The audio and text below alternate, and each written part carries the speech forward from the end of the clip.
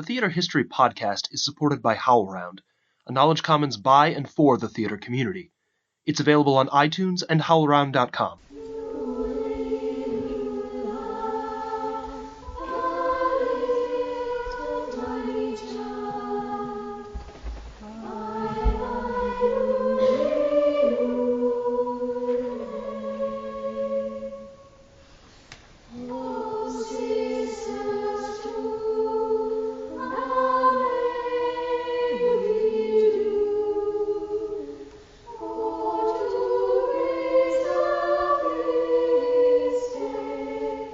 Hi, and welcome to the Theatre History Podcast. I'm Mike Leader. Who was the first woman to write a play in the Western world? There's a pretty good chance that she was a nun in a convent. During the Middle Ages, these religious institutions gave women a chance to explore intellectual and artistic work that would have been difficult for them to pursue elsewhere. Now the Medieval Convent Drama project, based at the University of Fribourg in Switzerland, is exploring this fascinating and underappreciated aspect of women's theatrical history. Today we're joined by Dr. Elisabeth Dutton, who's a professor of medieval English at the University of Fribourg, Dr. Olivia Robinson, who's a senior researcher and co-investigator on the project, Dr. Matthew Cheung Salisbury, who's lecturer in music at University in Worcester College's Oxford, and Aurèlie Blanc, who holds an MA in Shakespeare from King's College London. Hello, everyone. Hello. Could you start out by telling us a bit about what convents were like in the Middle Ages and how the lives of the women within them were unique? It was really different depending on which convent it was. You had very big ones and very little ones that were not very wealthy. But I thought I would talk a bit about how the convents were really embedded in the community at the time. So often the nuns were local women, generally pretty wealthy because you had to pay to enter a convent. So they would be the daughters of the local duke or the local baron, and they would keep a network with their families. So they would sometimes go and visit their families would come and visit them. They were supposed to stay enclosed, but sometimes they did go out to see their families. You didn't only have nuns in the convents, so you had lay women who would work for the nuns. You would have chaplains, priests that were needed for mass, and also laymen who would do some of the work for them.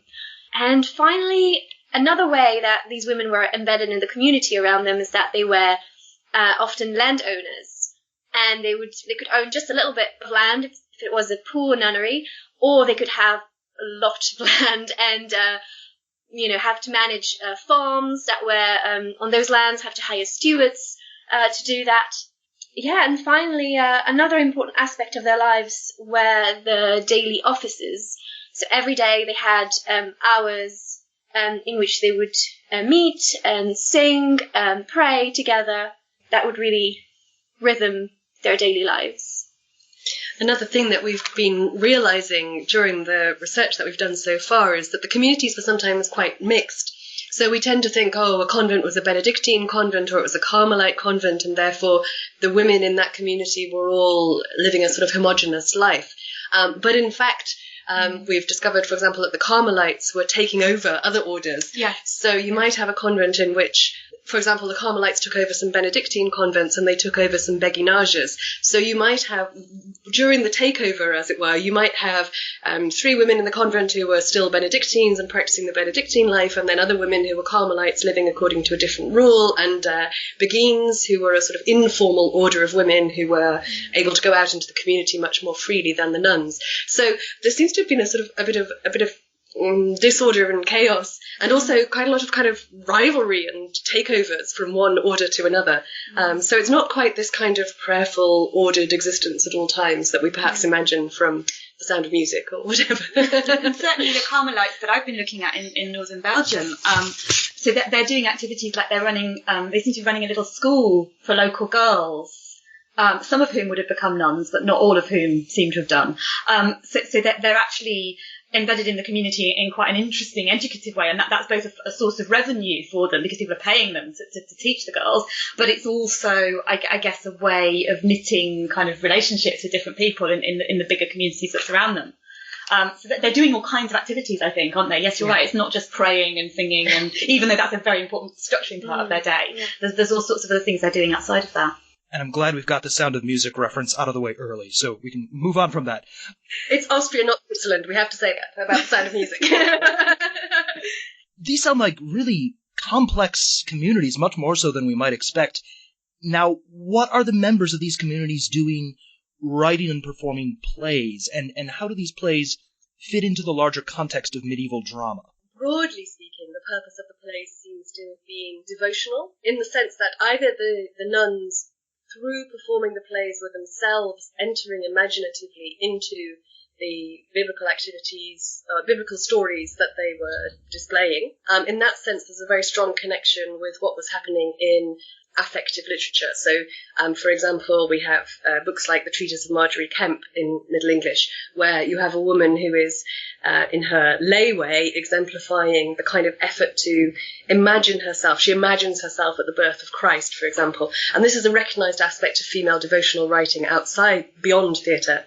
And in some ways, the plays are doing the same kind of thing. They're enabling the nuns to, imagine you are attending at the birth of Jesus, and how do you help the Virgin Mary, that kind of thing. But also to stimulate devotion perhaps in the audience, and the audience obviously are the nuns, but possibly also in general population, more public audiences. Aurélie, I think you had Yes, I have an example from Barking Abbey in England, where before the play there's a little bit of text that sort of says why the play was... There seems to have been a play before the one that we have, but it was changed, modified, and also placed at the end of Matins in the morning.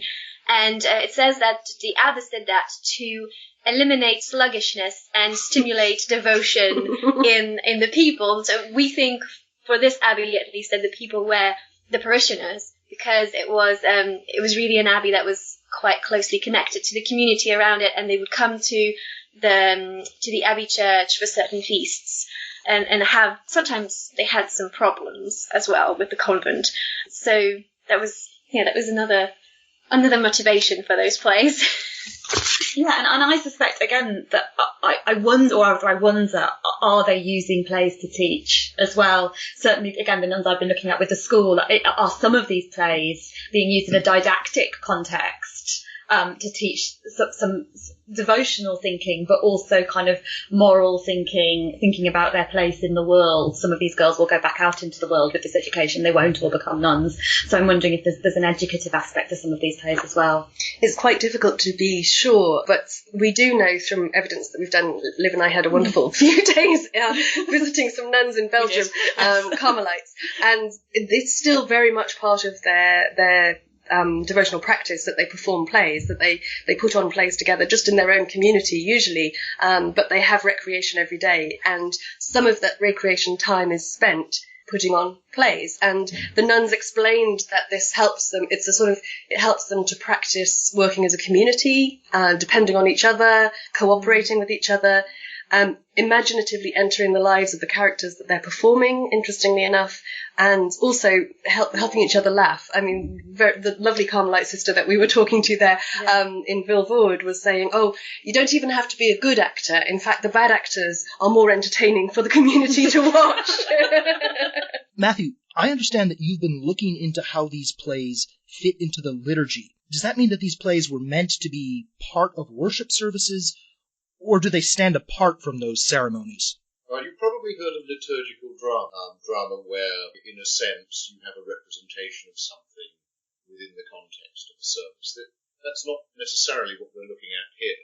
In a sense, what these plays do to contribute to understanding of service is more important. But equally, there are connections between the thematic material, which the nuns might have heard in the context of the services of a particular day, for instance, the Nativity or the Purification, and what the contents of the plays may be. So, in a sense, as we've been hearing, it's really all about education and coming to a clearer sense of what the events of Scripture might have been like, what they might have looked like, and in a sense, how you can imagine yourself being part of them.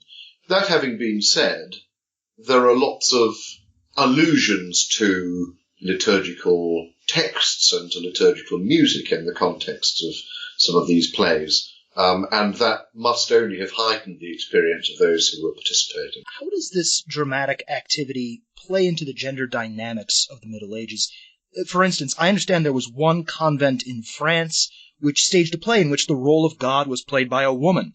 And Liv, you write about another case in which there were plays being written and performed in what you describe as a, quote, probably exclusively female milieu. I had an example about Aurèlie, actually, where there was an anxiety towards the end of the Middle Ages when this play was written about women being around the altar, touching the sacraments. And this goes with, I don't know if it's changed, with the role of the priest. The priest really becomes the one who handles the sacrament. So that makes his role even more sacred. And it sort of pushes women away from that. And in the Barking play, there's an emphasis on the female characters, and there are more scenes that are added with female characters. And there is a scene that is rarely in those types of play. This is by the way, just so you know what play I'm talking about, this is a play that happened on Easter Day, and you had three Marys going to the tomb of Jesus, and the tomb is empty, and then you have an angel telling them that Christ is resurrected. So in the Barking one, those women see Jesus resurrected, and there's a scene where they fall to his feet. That scene is very rare in that type of drama, and Barking is the only one where they actually touch him. They kiss his feet. And so you have women here that have direct physical access to the body of Christ, and they are the ones who first understand the resurrection and then tell the disciples and the community about it. So if you compare this play with a very similar play in a male that was done in a male community in Fleury, the women are the first ones who see the empty tomb, but they don't understand what's going on. They just lament the loss of the body of Christ, and then you have to wait for Peter and John to come in and to get it and transmit it, announce it to all the other disciples around. So you have quite a strong statement from the nuns here, where a statement about their own identity and their own functions as nuns. As women, they probably identify with these holy women that they are representing, and they are the one who have direct access to Christ and then can transmit the word of God to others, to the community. And that can be a statement responding to this anxiety in the church. It can be a statement as well for the audience, there were the parishioners.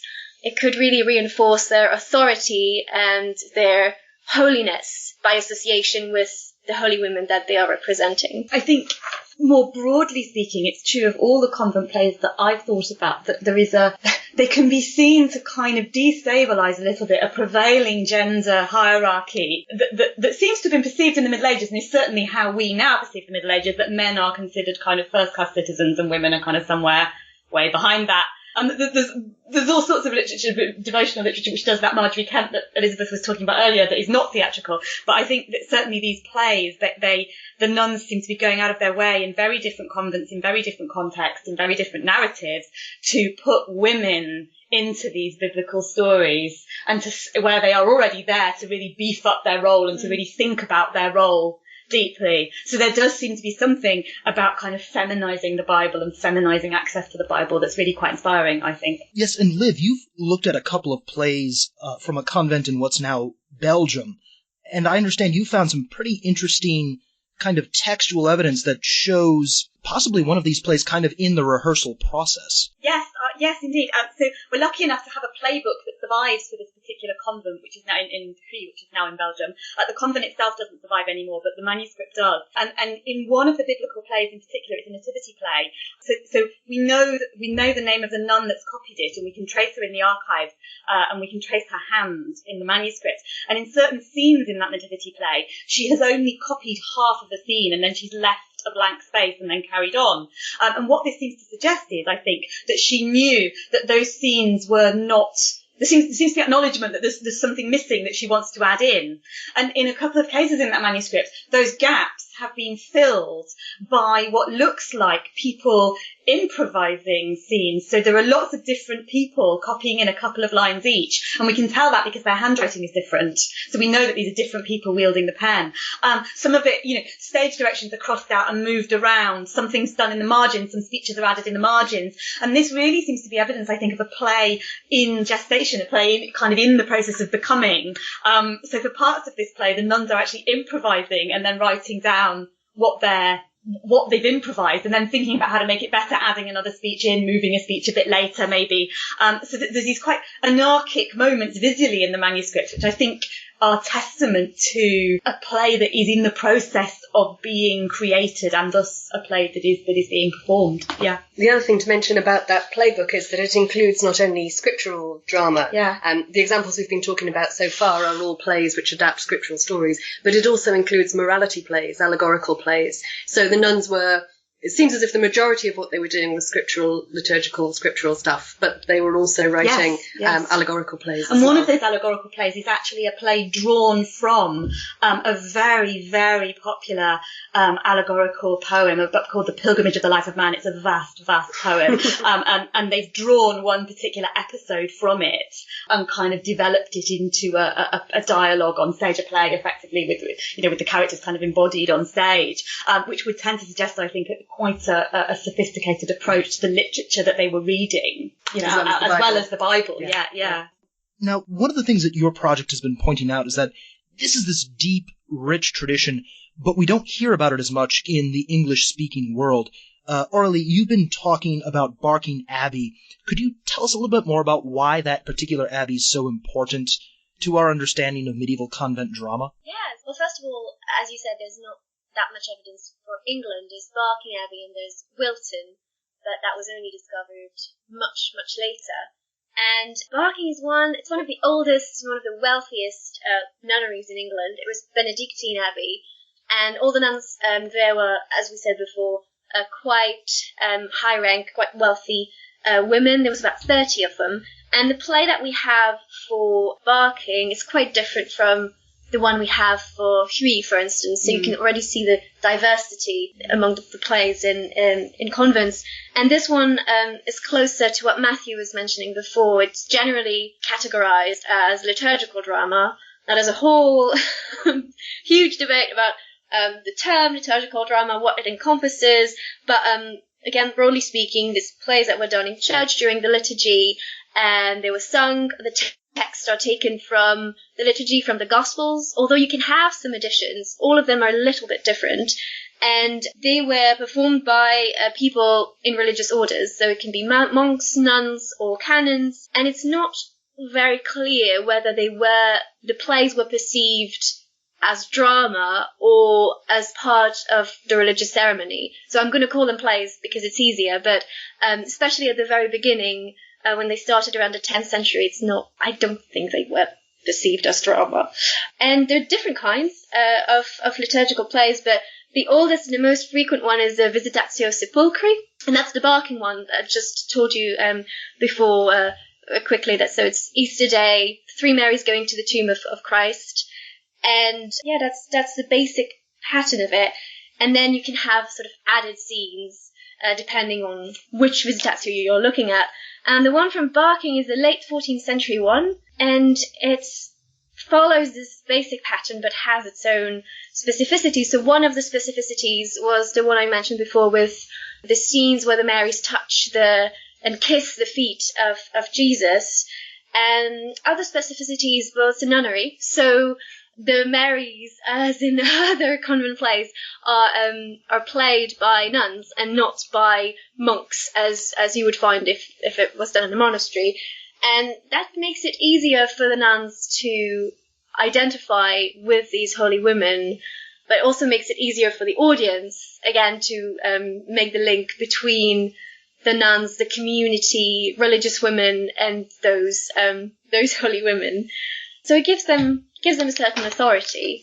And then another thing that you find in Barking, that you also find in other convent plays, other Visitatio Sepulchri, is that you have this little ceremony before the beginning of the play where the 3 nuns who are going to play the Marys go to a side chapel and they change. and they change into white surplices. So they all have these white robes, a white veil, and then they come out and they confess to the abbess before they can perform. That never happens when men play the Marys. It doesn't happen with the clerics who are playing Christ and the two angels in this play either. So it's really this sort of rite of purification that is specific to liturgical convent drama. So you've been talking about sort of your studies, your project studies with this whole sort of genre of medieval convent drama, but you're also staging some of these works.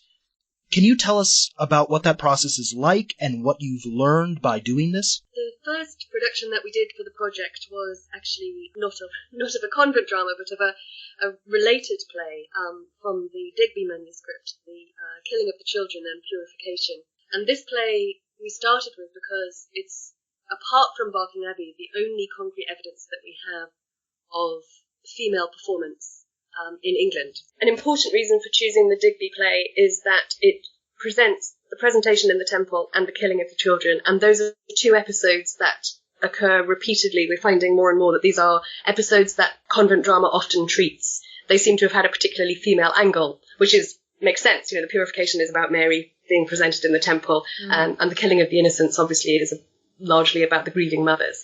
And so, although we can't prove that Digby was itself a convent play or anything like that, it is a play in England treating the same kind of things that convent drama in England possibly treated, because we know that convent drama on the continent covered those subjects. It has a stage direction which calls for a group of virgins, as many as a man will, which sounds slightly dubious, but these seem to have been, they sing and dance in the play. They perform some of the liturgical music that is incorporated into the drama. And one of the reasons that we chose this, as I say, it's the female performance, and we wanted to do it working with children, because it seems as if these virgins were probably young girls, and that possibly it was acceptable for girls to perform pre-puberty. And there's evidence from this also from the continent in Holland and so on as well. So this was also another kind of form of female performance. And we worked together with Fried's Voices, which is a young girls' choir in Oxford, partly because we just wanted to see what the effect of having young girls in a play, working with adults and so on, would be. The process was complicated by having these different constituents needing to coordinate them. But we certainly, I think, learned a lot from doing it, not only about the effect of young girls performing, which is very, very, very powerful, as a lot of us will have seen, for example, choir boys performing, and there's something about, put a boy into a liturgical vestment and have him sing with an angelic voice, and they seem transformed. They are innocent. So staging the play of Herod's killing of the innocents with these, we didn't kill any of the girls, obviously. We speared some dolls, but having the children around that was really, really shocking, I think, and powerful for the audience in a way that, had we just been working with adult actors and adult performance, it wouldn't have been. The other thing that really struck us, I think, during that performance was that we performed in New College Chapel, which is a very long space. So you're performing in the traverse, basically, but a really, really long traverse. What it meant was we had Herod's palace at the entrance to the chapel, that end of the chapel as you came in, and the purification and the temple on the altar steps. So you had a very, very, very great distance between Herod's palace and the purification in the temple. And the audience, depending on where they were sitting, identified with different aspects of the production. So the people who were sitting at Herod's palace end, for them, the purification was something very distant, very sort of holy but untouchable, because it was so far away from them, and they felt very implicated with Herod and his soldiers. They felt kind of guilty almost, sort of because they'd been laughing. They're very funny, Herod and his soldiers, and they'd been kind of almost on Herod's side, so they felt very kind of cut off from the holy bit at the end. Equally, the people who were sitting at the holy end were kind of separated from Herod. And so if one of the point of these plays is to encourage the audience to situate themselves, for example, as guilty with Herod or being purified with Mary in the temple, then where people are sitting is going to have a very strong influence. Interestingly, in performance, you realise that it's not just to do with the state of your mind and the words on the page, but it's also to do with physically where you are in relation to the action. And that's actually, I think, a really important thing that we lose when we study something on the page. And we know that convent plays were performed in holy spaces. They were sometimes processional. For example, they might have moved around. Bits would be in the cloisters and then a bit in the church and so on. And so now that we've done the Digby play and we're moving on to perform the actual convent plays, that's going to be a really important aspect of our inquiry, I think. Aurélie's been networking with the nuns to set up our next productions. So I think we were trying to sort of link our project to where we're doing the project, to the University of Fribourg, and so we thought maybe we can do this in performance. So I've been to a few convents now around town to try and see if we can perform some of these plays in the convents, in their churches. And we're also trying to convince them to perform the plays themselves, but that's proving more difficult. Well, I would say it seems to be more difficult, not because of a sense of piety or holiness, yeah, absolutely, but just simply because the nuns appear to be of a certain age now. I mean, in the Catholic Church, we are looking at a lack of vocations. Really, the vocations for the monastic life, certainly for women, are tailing off. So the nuns in these convents all seem to be reaching kind of the age of 75 plus, as far as I can see, or the vast majority of them are. And that, I was surprised that, I hadn't anticipated that being the reason they didn't want to perform. I thought they might not want to perform, but that really wasn't an issue for them, performing in front of people, acting. That wasn't an issue in terms of their piety or their faith, was it? Yeah, they were quite keen. Quite keen. And as you said, you mentioned the Carmelites in Vilvoorde. Yes. They still do theatre, and I went to see Cistercians and Carmelites last week in Fribourg, and they also told me that they use theatre sometimes in their daily life. They enact some parts of the Gospels and things like that. So hopefully we're going to perform in the churches of a Carmelite convent in Fribourg, a Cistercian one, and a convent of Ursulines. Is that right? Yeah.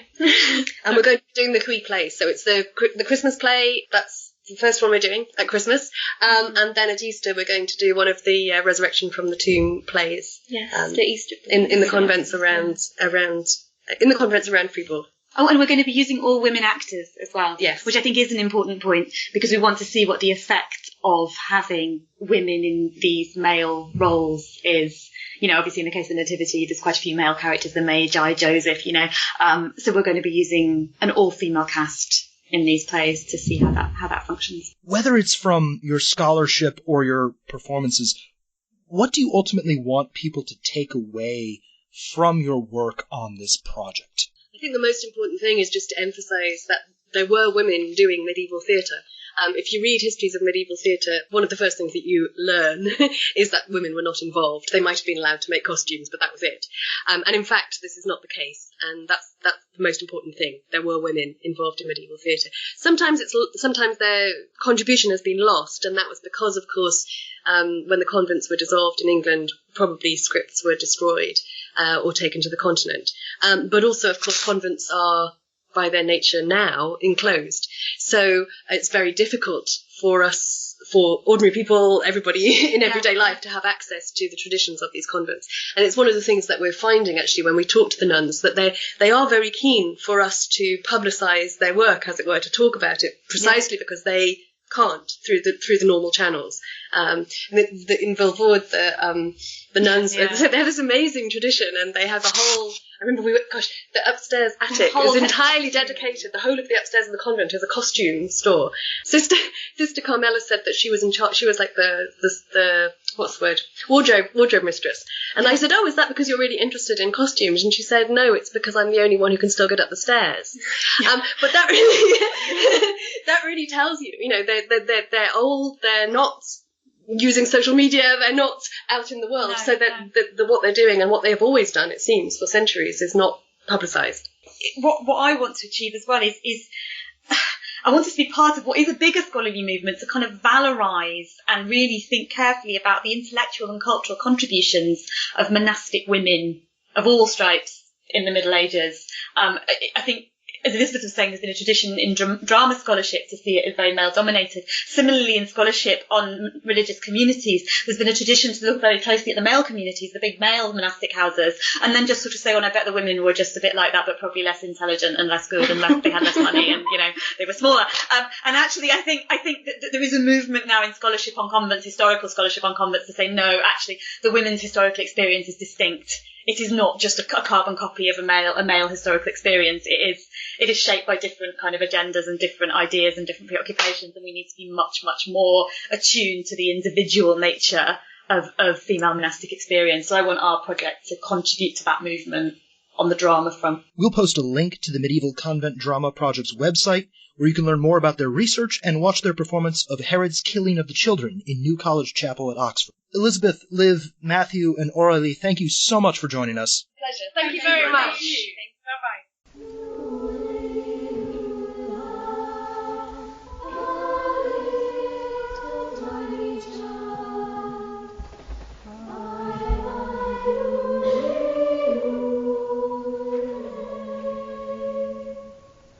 If you'd like to continue today's conversation, please visit howlround.com and follow HowlRound and @TheatreHistory on Twitter and Facebook. A big thank you to the staff at HowlRound who make this show possible. Our music this week comes from the Medieval Convent Drama Project's production of Herod's Killing of the Children, and it's performed by Fridas-Wide Voices. Thanks as well to Tip Kress, who designed our logo. And finally, thank you for listening.